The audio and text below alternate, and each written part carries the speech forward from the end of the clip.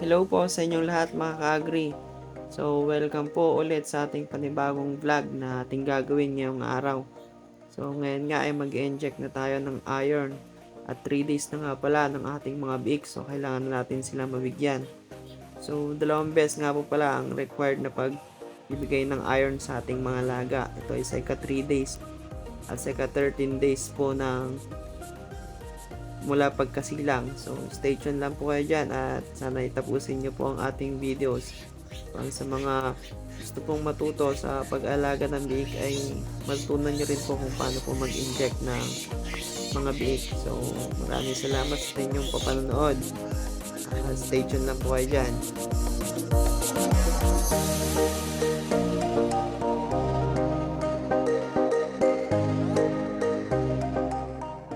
Ganito nga po pala yung aking ginagawa bago ako gumamit ng syringe.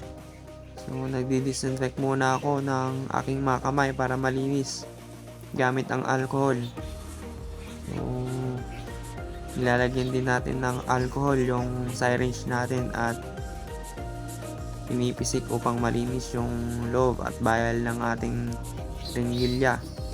So, ganito lamang pong gawin natin upang sa ganun maiwasan yung mga bakterya na kung ano mang meron sa ating kamay at sa ating syringe na gagamitin.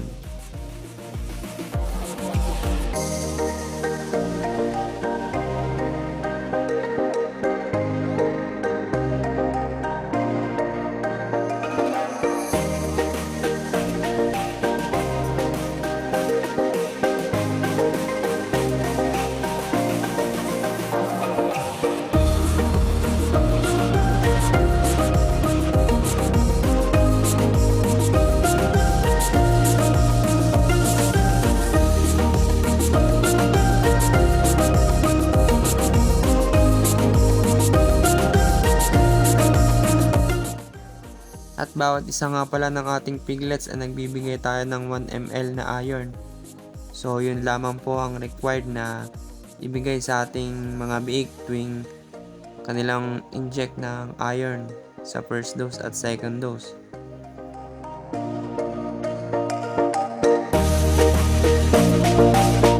At salamat po pala sa pinagkukuhanan natin ng magandang semen na sa Dabsig. So, doon din po tayo kumukuha ng mga vitamins at mga hog collar vaccines. So, shout out kay Sir Teng David ng Dabsig sa magandang quality ng ating semen. So, ang semen pala, ang lahi po pala ng mga bake natin na to ay white durok. So, makikita nyo naman po na napakaganda ng mga bake na to at napakaganda ng quality. So, trusted ko na po yun at 2 beses na po akong kumuha sa kanila ng semen at naging maganda naman po ang output ng ating mga biik.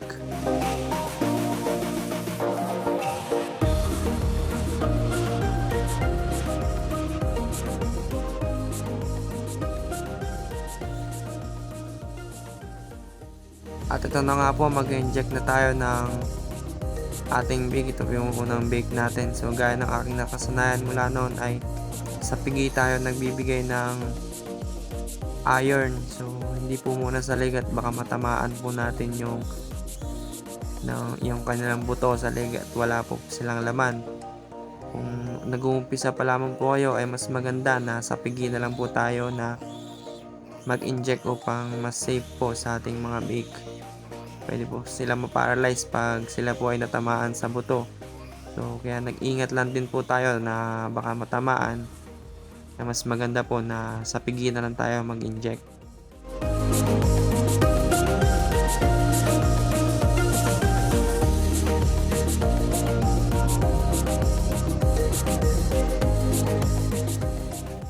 At ganito nga po pala yung ginagawa ko pag na-injectan yung ating biik sa pigi.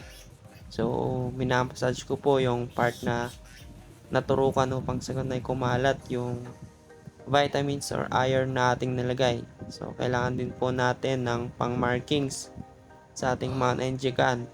Pag sa ganun ay makita natin o pagkakakilanlan sa mga nalagyan na natin at sa mga hindi pa. So, pwede po tayong gumamit na ball pen o pentel pen.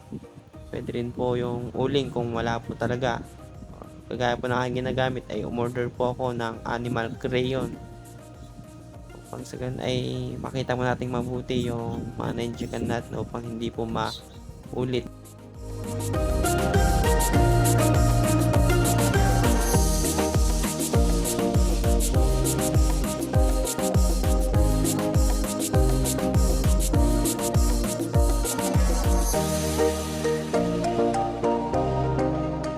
At ayun nga po, pagkatapos natin na ma-injectan ng iron yung ating mga piglets sa ika 3 days nila, ay isusunod na rin po natin yung kanilang B-complex sa ika 10 days nila. At yun po yung nagaya rin po natin na vaccinating program dun sa mga trusted na mga YouTubers natin at sa mga nag-aalaga na pinagtatanungan natin.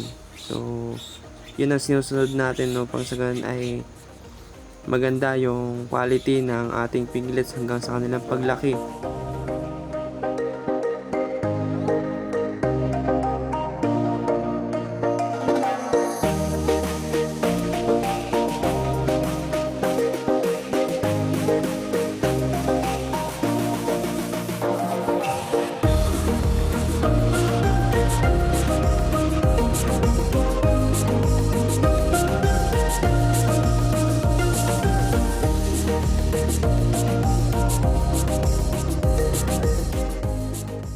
Nagpapasalamat din tayo sa mga customer natin na walang sawa sa sumusuporta sa ating mga alaga. So, meron na pong nakapagpa-reserve sa mga bake natin na to. So, pag nawalay po ito sa 35 days o 45 days ay pipick upin na po yung mga bake natin kapag sila ay pwede nang kunin. So, ako po ay nagwawalay po ng mga bake sa 40 days to 50 days upang sa ganun makompleto po yung kanilang bakuna, vitamins mula sa iron, B-complex hanggang sa hog cholera vaccine. So hindi po tayo nagpapalabas ng mga bake na hindi kompleto yung kanilang vaccinating program. Pang sa ganun din ay kapag inalagaan po ito ng kukuha ay maging malusog hanggang ito ay may benta, kagaya ng client natin na kumuha sa atin nung nakaraang breeding natin na kumuha ng 4 na piraso na tagagimba. So naging maganda po yung timbang ng mga baboy na kinuha sa atin at ito yung napalaki ng maayos. At ang isa po ay tumitimbang ng 90 kilos hanggang 100 kilos. So maganda po yung naging kita ng client natin ngayon. So kukuha ulit po siya ngayon ng 5 peraso at upang sa ganun ay masubukan yung white Duroc breed natin na gagawin niya pong patiner. So sa susunod na lang daw po siya mag-aalaga ng panginahin kung marami na siyang kaalaman sa pag-aalaga. So sa ngayon po ay mag-aalaga pa lang po siya ng mga pambenta. So supportan natin yung client natin at bigyan natin ng magandang quality na breed na palaking baboy upang sa ganun hindi rin po siya malugi. At sa ngayon po ay meron lang po tayong 2 inahin. Kaya kakaunti lang po ang naibibigay natin ng mga bake sa ating mga client. So sa mga susunod na panahon po ay mag-upgrade po tayo at magdadagdag po tayo ng panibagong inahinin upang sa ganun ay sa mga client natin na naubusan ng piglets na kailangan pa na kumuha sa atin ay mabibigyan po natin sila. So maraming salamat po sa patuloy na pagtangkilik nyo sa ating munting backyard piggery.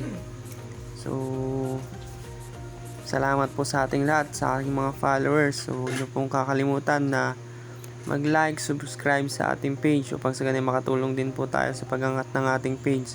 So ito nga po pala yung mga piglets natin na na-injectan natin. So makikita natin na napakagandang quality po nila at malulusog.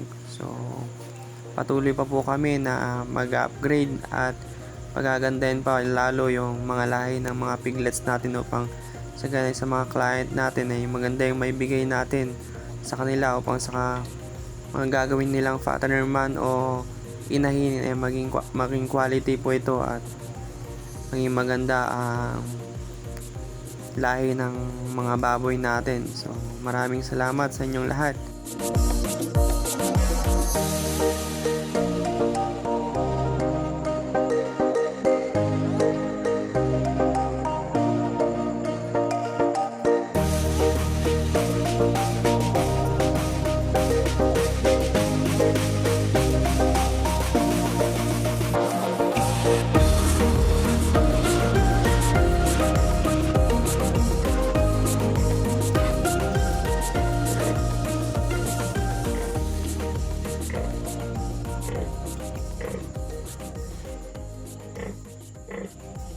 So ayun, hanggang dito na lamang po yung ating video sa ating vlog. So maraming salamat sa inyong lahat at happy farming po sa ating lahat mga ka-agri.